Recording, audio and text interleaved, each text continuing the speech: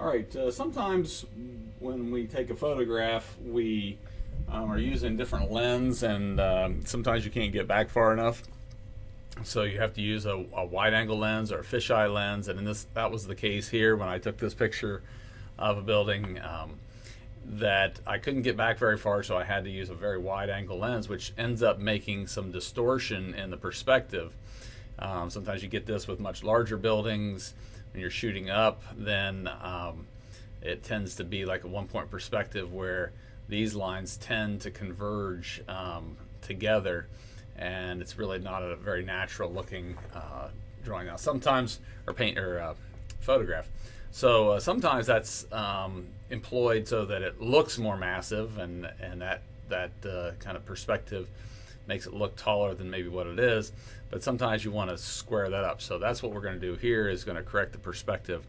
In order to manipulate this whole picture, we need to change the name of the background layer, because the background layer is kind of foundational and it won't let you move it around. So I'm just going to double click on the name background, and it's going to come up with a menu here, and I'm just going to name it layer 0. It doesn't really make any difference as long as it's not background.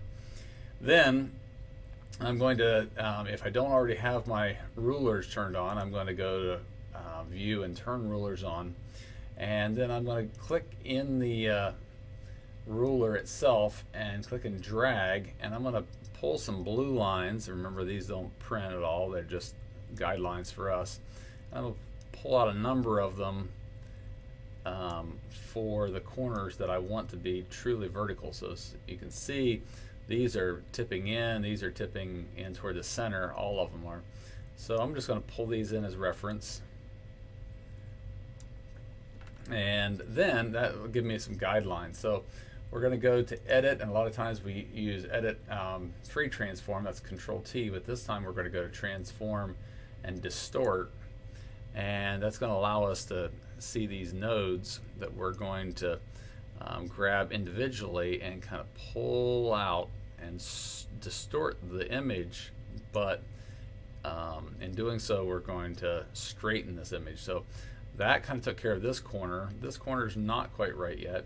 This one is actually tipping in even more, so we can pull this out, and just by doing those two, I've gotten pretty doggone close here with these. I might be able to adjust the center node just a little bit, but by and large, that's pretty much it. Now I've got true verticals, and I can hit the check mark. I can also go to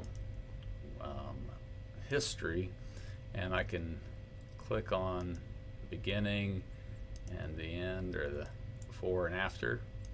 You can see that it straightens things up and takes that lens distortion away. So should be pretty quick and down and dirty, but the key is renaming the background layer and then going to edit and distort.